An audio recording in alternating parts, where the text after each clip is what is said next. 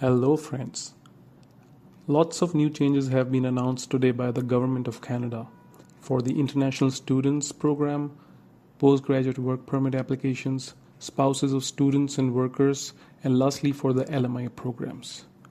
As these updates came in recently, I will try to provide as much information as I could understand. In any case of any error, please cross-check the information directly from the canada.ca website. I will not mention all the blah blah in the announcement today, but only the key takeaways.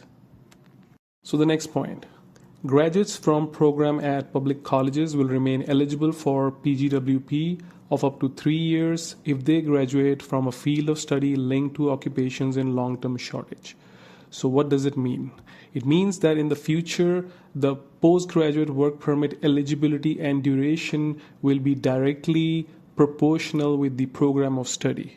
And if the program is from the shortage list, one can be eligible for a full 3 years duration. And for other programs, the duration and eligibility will depend on the list. So the shortage list will be updated soon on the IRCC website.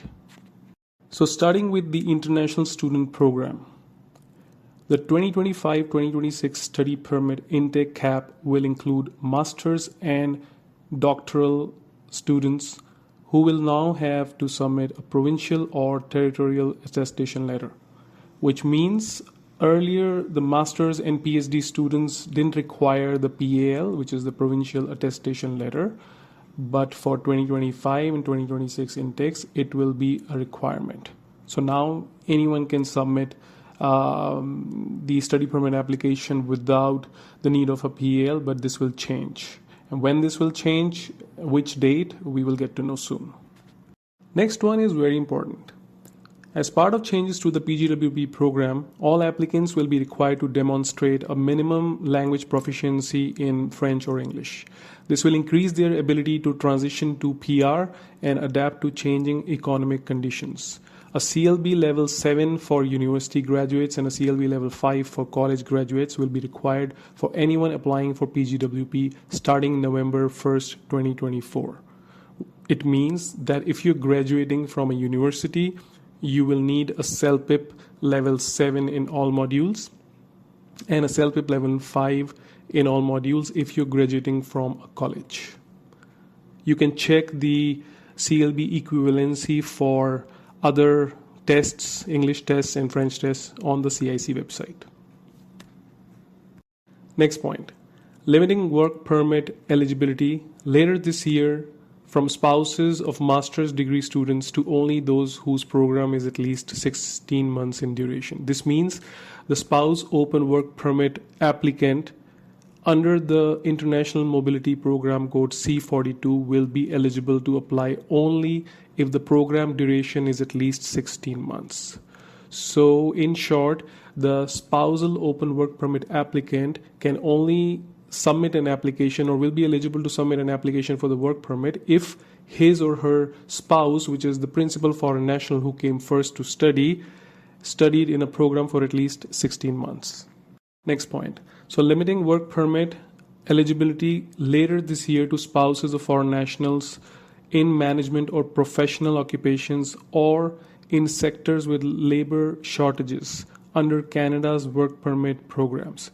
This means that the spouse open work permit applicant under the International Mobility Program code C41 and C47, which is spouses of a high-skilled worker and spouses of a low-skilled worker, will only be eligible if the principal foreign national, who is the spouse which came first to Canada, is working in management or professional occupations or in certain labor shortage occupations.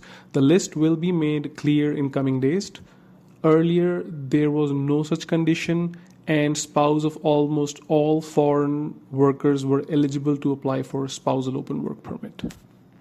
Coming to the changes in the LMIA program. The first change is that the 10% employer cap on temporary foreign workers under the low-wage stream of LMIA will be applied all across Canada, including the occupations that fall under the Quebec program And the exception will be made for employers seeking to fill labor shortages in the healthcare, construction, and food processing sectors, which will be permitted to keep a 20% cap. So in short, starting 26 September, the low wage cap will be only 10% for all the employers across Canada, except in healthcare, construction, and food processing sector, which will allow up to 20% cap.